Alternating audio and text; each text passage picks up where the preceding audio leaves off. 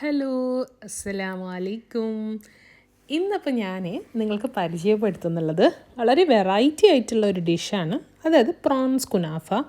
അതുപോലെ തന്നെ ഭയങ്കര ടേസ്റ്റി ആയിട്ടുള്ള ഒരു സൂപ്പർ സ്നാക്കാണ് കേട്ടോ.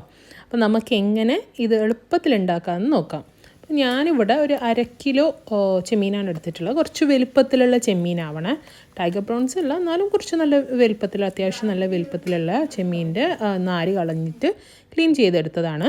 അതിലേക്ക് ഒരു 1/2 ടേബിൾ സ്പൂണ് വെളുത്തുള്ളിയുടെ പേസ്റ്റും 1/4 ടേബിൾ സ്പൂണ് ഞാൻ ചില്ലി ഫ്ലേക്സ് ഇടുന്നുണ്ട്.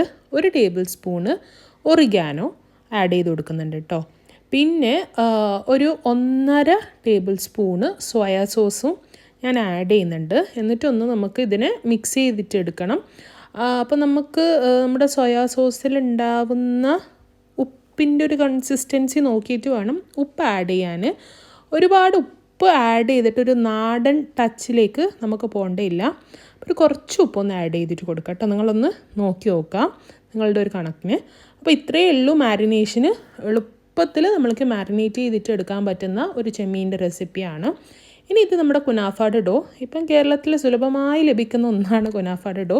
അപ്പോൾ അതൊന്ന് ഫ്രീസറിൽ നിന്ന് കുറച്ച് സമയം മുമ്പ് തന്നെ നമ്മൾ താഴെ വെച്ചിരിക്കണം കേട്ടോ. എന്നാലേ ഇതുപോലെ നമുക്കിങ്ങനെ നീളത്തിൽ എടുക്കാൻ പറ്റുള്ളൂ. അപ്പോൾ ഇതുപോലെ നമുക്ക് എന്ത് ചെയ്യണമെന്ന് വെച്ചാൽ ഡോനെ ഇങ്ങനെ വലിച്ചെടുക്കണം. കുറച്ചാണ് ഇതിന് ആവശ്യമുള്ളത്. നമ്മൾ കുറച്ച് ഡോ ഫസ്റ്റ് മാറ്റി വെച്ചിട്ട് ബാക്കിയുള്ള ഡോ സൈഡിൽ വെക്കുക. അപ്പോൾ നമുക്ക് സ്വീറ്റിന് ഉപയോഗിക്കുമ്പോൾ ഇതിൻ്റെ മണം വരാണ്ടിരിക്കാനാണ്. പിന്നെ ഫോയിൽ പേപ്പറും കൂടി നമുക്ക് വേണം കേട്ടോ.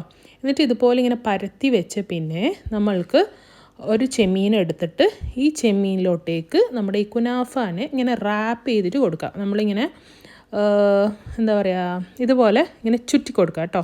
ഇങ്ങനെ നല്ല പോലെ ചുറ്റിയിട്ട് കംപ്ലീറ്റ് ആക്കിയിട്ട് കൊടുക്കാം. എന്നിട്ട് ഒരു സിസർ വെച്ചിട്ട് ഇതിനെ കട്ട് ചെയ്യാം. ഇനി നമുക്ക് ഇതിനെന്ത് ചെയ്യണമെന്ന് വെച്ചെങ്കിൽ നമ്മുടെ ഫോയിൽ പേപ്പറിലേക്ക് നമുക്കിങ്ങനെ ഓരോന്നായിട്ട് വെക്കണം. അപ്പോൾ ഫോയിൽ പേപ്പർ കുറച്ച് അതിനെ കവർ ചെയ്യുന്ന ഇത്ര മതി ഫോയിൽ പേപ്പർ. അപ്പോൾ ഇത്ര ആക്കിയിട്ട് നമുക്ക് ഇതിനെ കട്ട് ചെയ്തിട്ട് വെക്കാവുന്നതാണ്. എന്നിട്ട് ഇതിനെ നന്നായിട്ട് റാപ്പ് ചെയ്തിട്ട് ഫ്രീസറിൽ നമുക്ക് എത്ര മന്ത് വേണമെങ്കിലും സ്റ്റോർ ചെയ്യാം.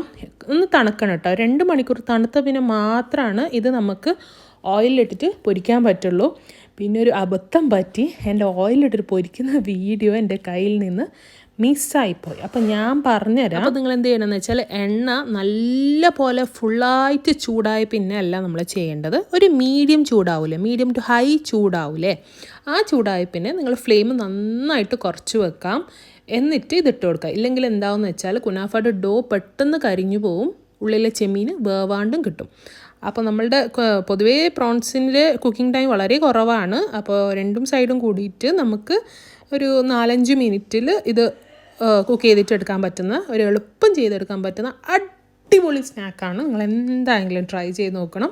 ഇഷ്ടമായെങ്കിൽ ലൈക്ക് ചെയ്യാനോ ഷെയർ ചെയ്യാനോ, ഇതുവരെയായിട്ട് എൻ്റെ ചാനൽ സബ്സ്ക്രൈബ് ചെയ്യാത്തവർ ഒന്ന് സബ്സ്ക്രൈബ് ചെയ്യുക, സപ്പോർട്ട് ചെയ്യുക. നിങ്ങളെ സപ്പോർട്ട് ഉണ്ടെങ്കിൽ മാത്രമേ എനിക്ക് വീഡിയോ ചെയ്യാൻ തോന്നുള്ളൂ. വീണ്ടും നല്ലൊരു വീഡിയോയിൽ കാണാം. അതുവരെയും it's me Nishwana signing off. Bye, അസ്സലാമു അലൈക്കും.